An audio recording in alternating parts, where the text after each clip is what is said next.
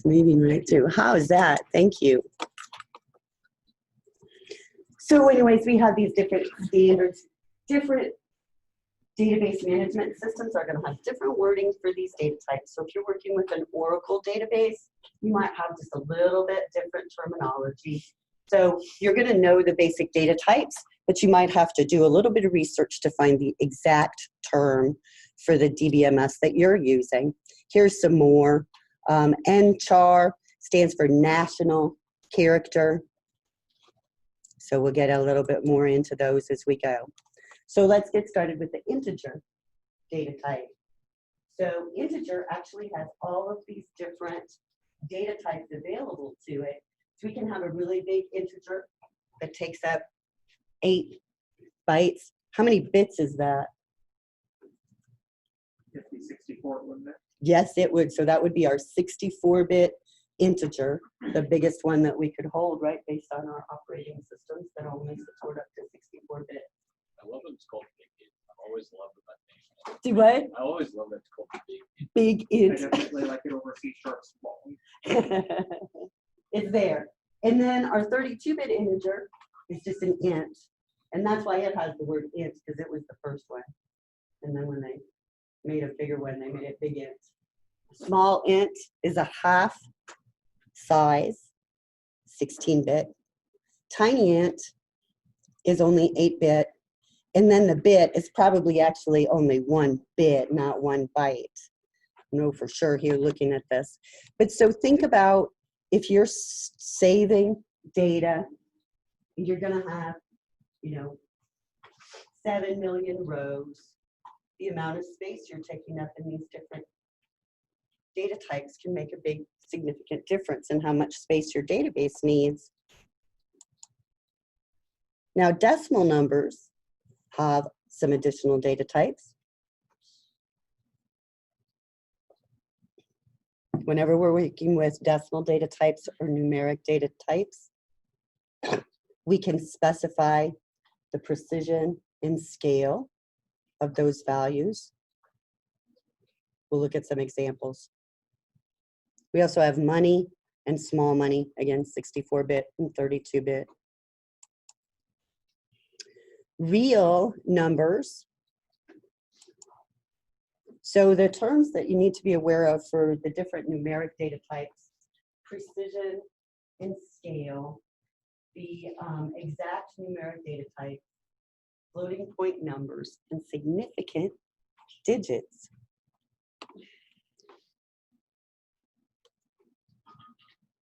As we do some of the different examples, those should be more obvious as to what they need.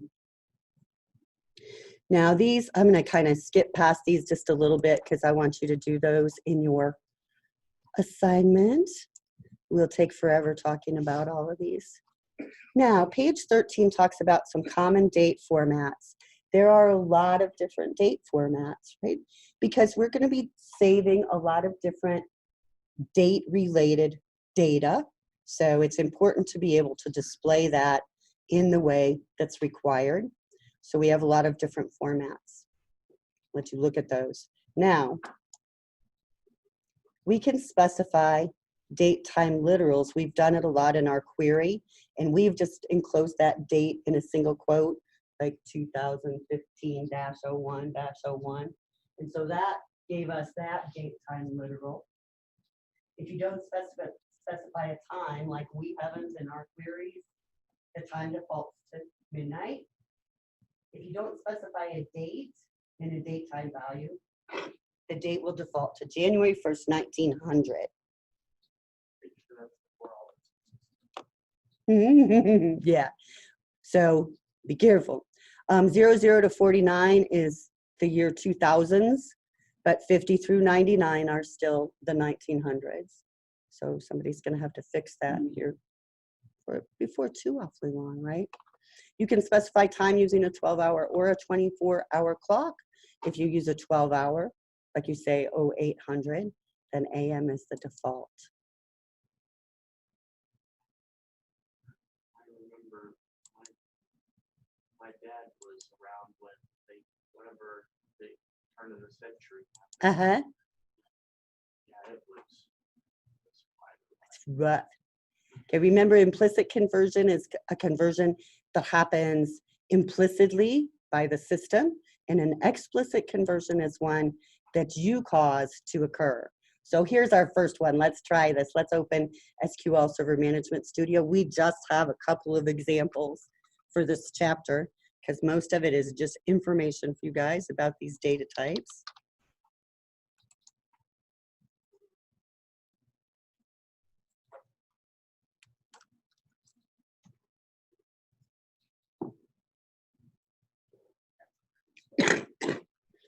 A lot of the security jobs where people are wanting to be security officers and stuff are asking people to have SQL experience.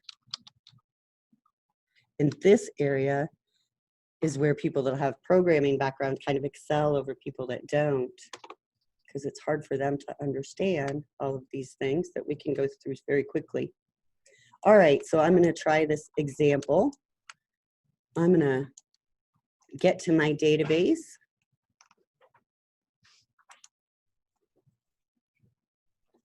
And open a new query.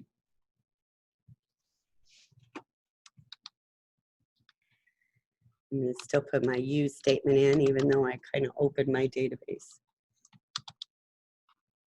In this query, we want to select our invoice date and invoice total.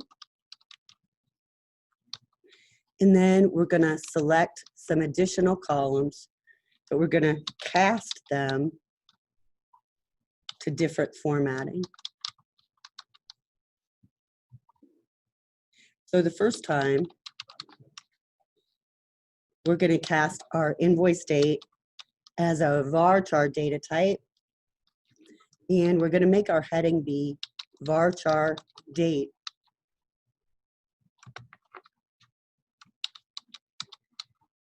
We're going to cast our invoice total as an integer and put a heading on that that says integer total. And then our last one, and of course we could do as many as we wanted, but in the example, they cast invoice total one more time as a varchar.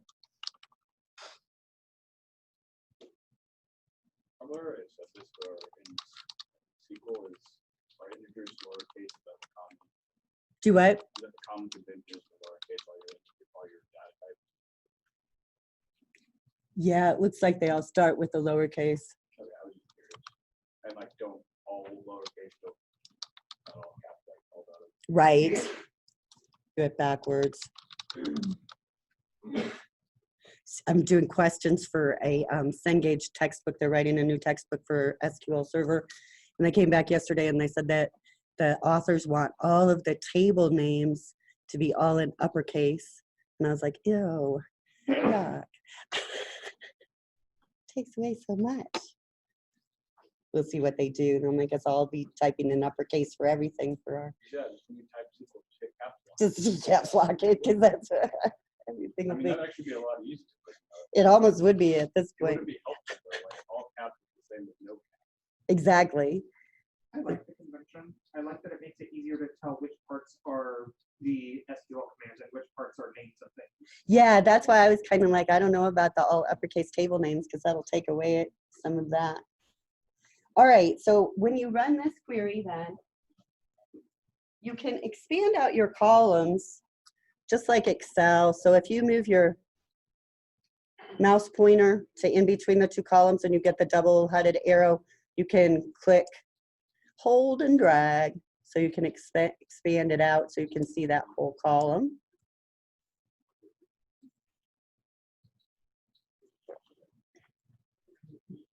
You might be able to double click it and have it resize automatically. So notice our original invoice date and our original invoice total. Then when we change our invoice date or cast it as a variable character data type, it converts it to this default for our system. When we cast our invoice total as an integer, it just truncates. Does it just truncate or does it round? It rounds, so a little unusual. And then when we convert it to a varchar, again, it just puts that whole value into this string variable. So that one casts a bunch of different data types. This example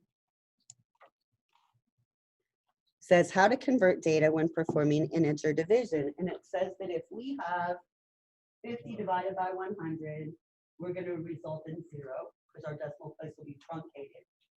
But if we cast our 100 as a decimal with 3 levels of precision, 3 digits of precision, then we're going to get a result. Let's try it. See if we can do it. How can we do that? We don't have any tables or anything in there. How could we test this?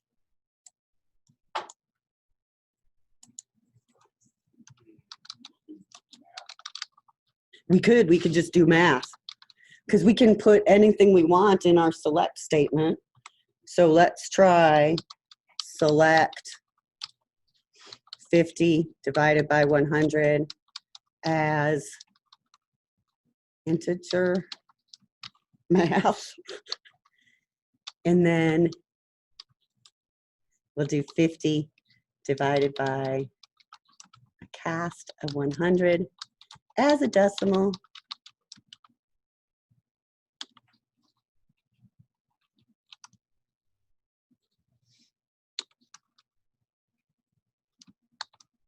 Close our parenthesis.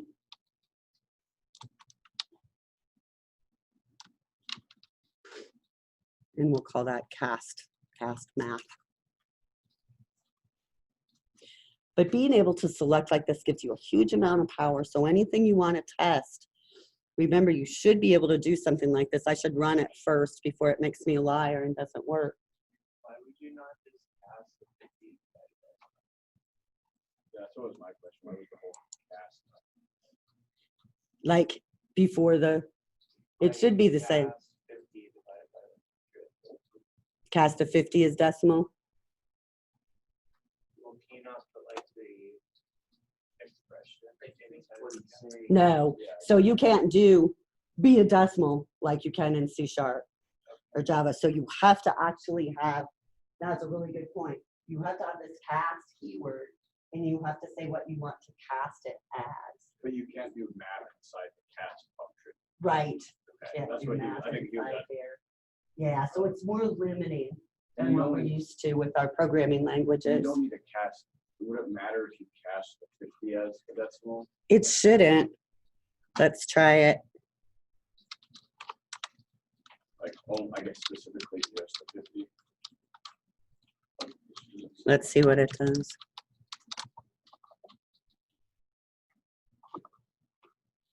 I'll do it the same way.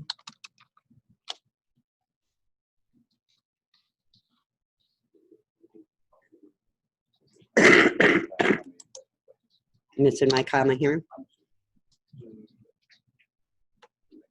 What does it think about that? Same difference. So in some ways it's like C# where as long as you're casting 1/2 of your equation, you're good. But in other ways it's much more limiting. So you have to be really specific about your syntax. Okay, the next one gives us some dates. Let's save these real quick. I'm going to save this one.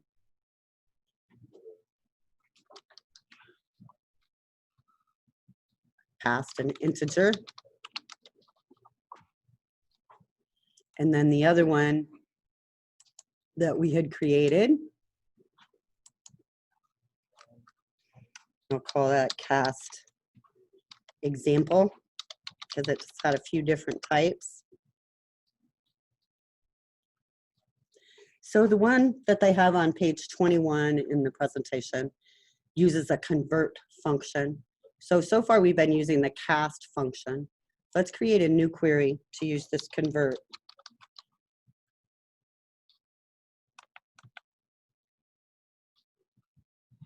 So in just the same way, We're going to specify our function name. And then we specify the target type. Notice you're getting some IntelliSense here, kind of like Visual Studio, and it is telling you what the parameters are. So the first parameter we have is what type do you want this to end up? Then the second thing is our expression, which means our variable name. For us, it's our invoice date. And then we're going to call this as varchar date.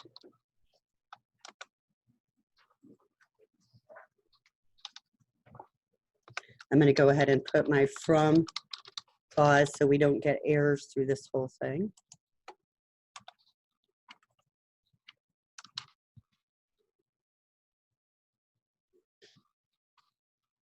Now, the convert function, besides taking the target data type and the expression, which is our variable name, also takes a third parameter of the date style. So there are several different styles we can use known by the DBMS. So this first one, let's do style 1.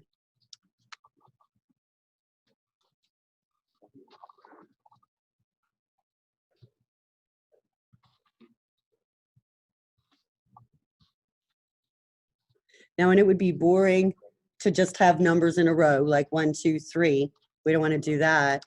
So instead, we just jump all over the place. We'll try 107.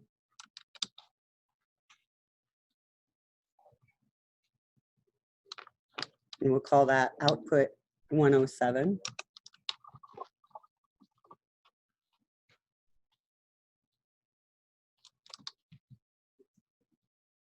Yeah, the IntelliSense is really making it hard to follow along. Is it? Sorry. Every like 5 seconds, it's like, oh, well, I'm going to block this so you can't see it. Get one more in here.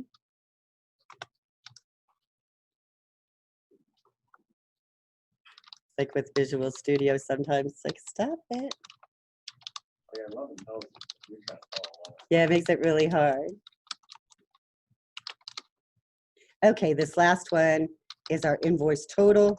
And again, we're going to try one of these specifiers here, style 1.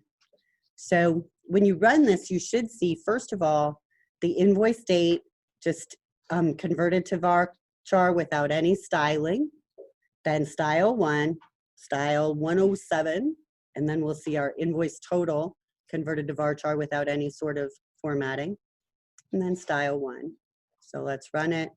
You should see all of your different styles that we specified. So notice a really big difference, because like the style 1 just gives us a standard short date like we're used to seeing, 12/8/15. And then varchar date 107 gives us more of a narrative type date. So it depends on what you want. Here are the style codes, and these are on page 22 of your presentation. And you want to take a look at those or put them somewhere where you can find them.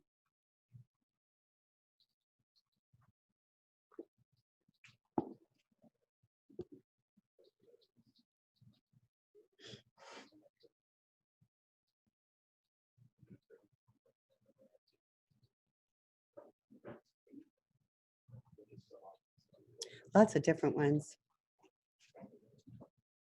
Fun stuff, all of our. Now, when we're looking at our numbers, we don't have as many styles, and there could be lots more, but you could do a quick Google search for these anytime. So you could say SQL Server style codes or something like that and find a complete list of them. Is there a currency one? Uh-huh. Look at it, it's right here. Oh. Just perfect timing. So money, also, we have some different styles. Let's see, we have 0, which is 2 digits to the right, no commas. 1 is 2 digits to the right of the decimal, commas to the left. And then 2 is further precision, 4 digits to the right, no commas to the left.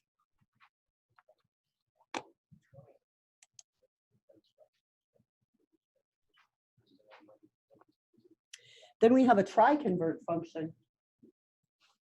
The try convert function is like a try catch. Let's try it. It's got a lot of code here.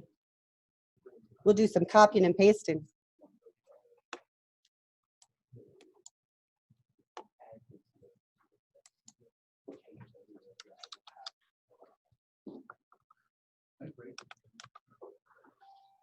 So our try convert, just like our convert, has the same 3 parameters: our target, the expression that we want to convert, so we could put a string or something there if we didn't have a variable name, and then the style. So in the try convert, I'm going to convert to varchar, our invoice date.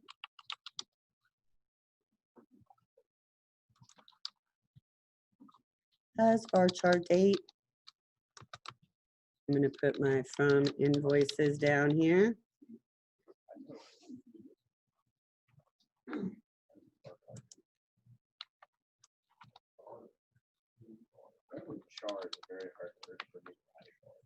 Yes, it just doesn't work with your fingers, does it? I made it, I misspelled it like 8 times already.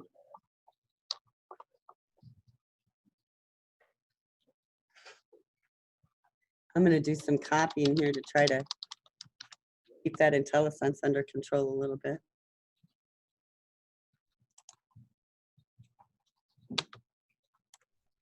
Make that a comma so it's not so mad.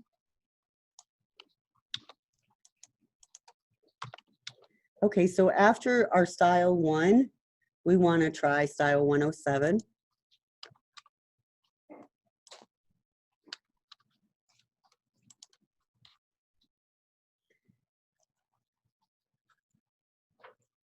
Next, we're going to use, instead of our invoice date, our invoice total. And we want this output column name to be varchar total.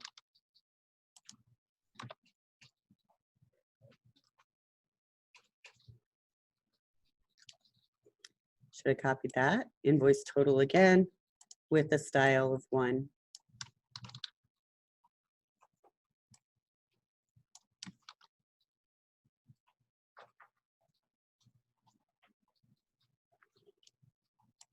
And then our last one, we're going to try to convert into a date type variable, a string. So our string is going to be February 29th, 2015. And since 2015 is not a leap year, that's an invalid date.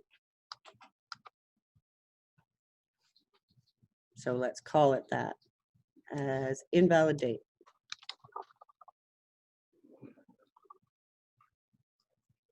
That's the last one we want.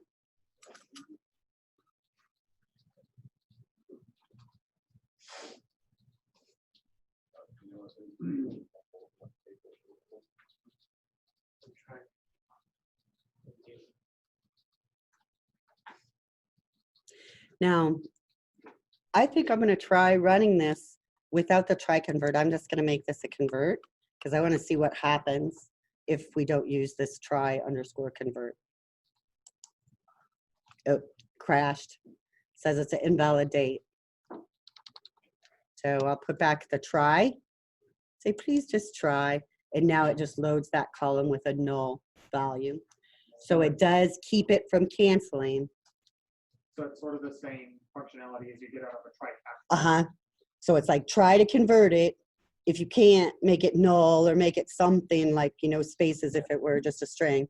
Probably null. Instead of crashing.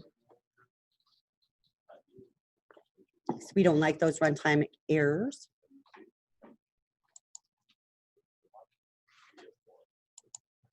Okay, there's a few more to try, and then we'll break and do you guys a stuff. So some other data conversion functions. We have str to convert to a string, char to convert to a char, ASCII to convert to ASCII code set. So if we had like a Unicode code set or some sort of character set that we needed to convert to ASCII, like our Unicode. So we might need to keep specific encoding in a given field if it were serialized or encrypted in some way. So let's try an example with each of those.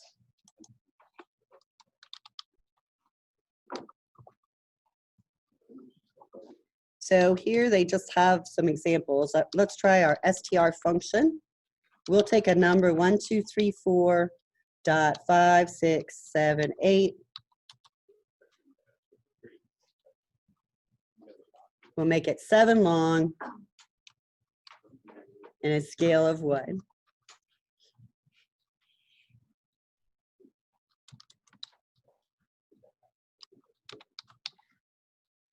And I'll call that num2 string. Next, let's output the char value of the number 79. We'll call that 79 to char.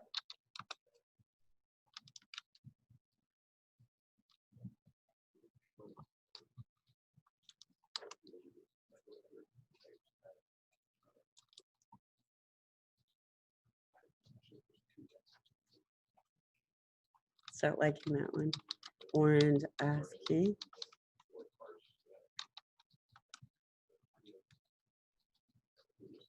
My 79 to char is unacceptable.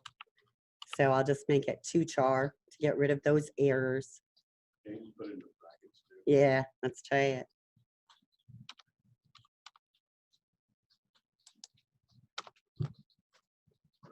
It likes that.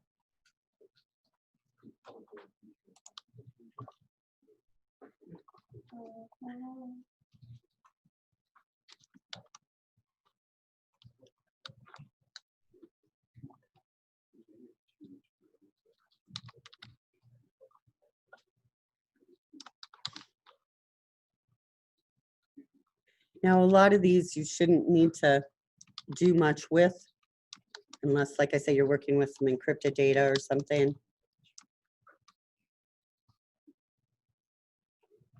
So we shouldn't need a from clause here because we're not really using any table.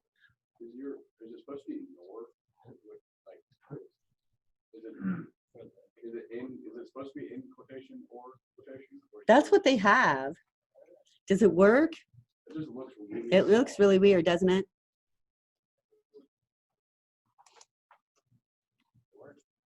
Goes to 79, which is not what they say. Never mind, sorry. I was just looking at the raw values. So you usually doesn't make sense. Well, so anyways, we can try all sorts of conversions and stuff doing practice select statements. You guys can get it all done. Now, the ones that you've been really wanting, I know these are ones that have really been bothering you guys. How do I do a new line? How do I do a tab? Well, I actually think I have, to be honest, with some of these things I've already kind of done. that's what I was thinking. Some of you have already figured stuff out. These ones are super weird. So if you add in this actual word here, char for 13, that'll do a carriage return a new line. If you add in char to 10, that will do a line feed. So you can try experimenting with those great things, control codes. So if you looked at char value for 9, what do you think it would be?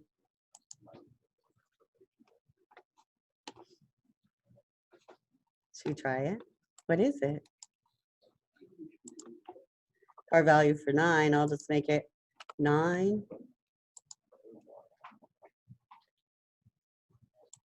It's not displayable. I bet if you went and looked, you would see that it's a T. So it's a control code that gives us that tab character. Okay, let's get you working.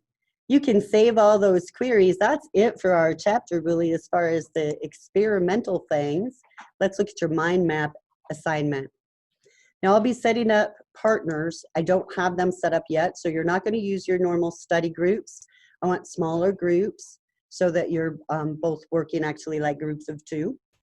So in this assignment, I want you to create a mind map of the data types.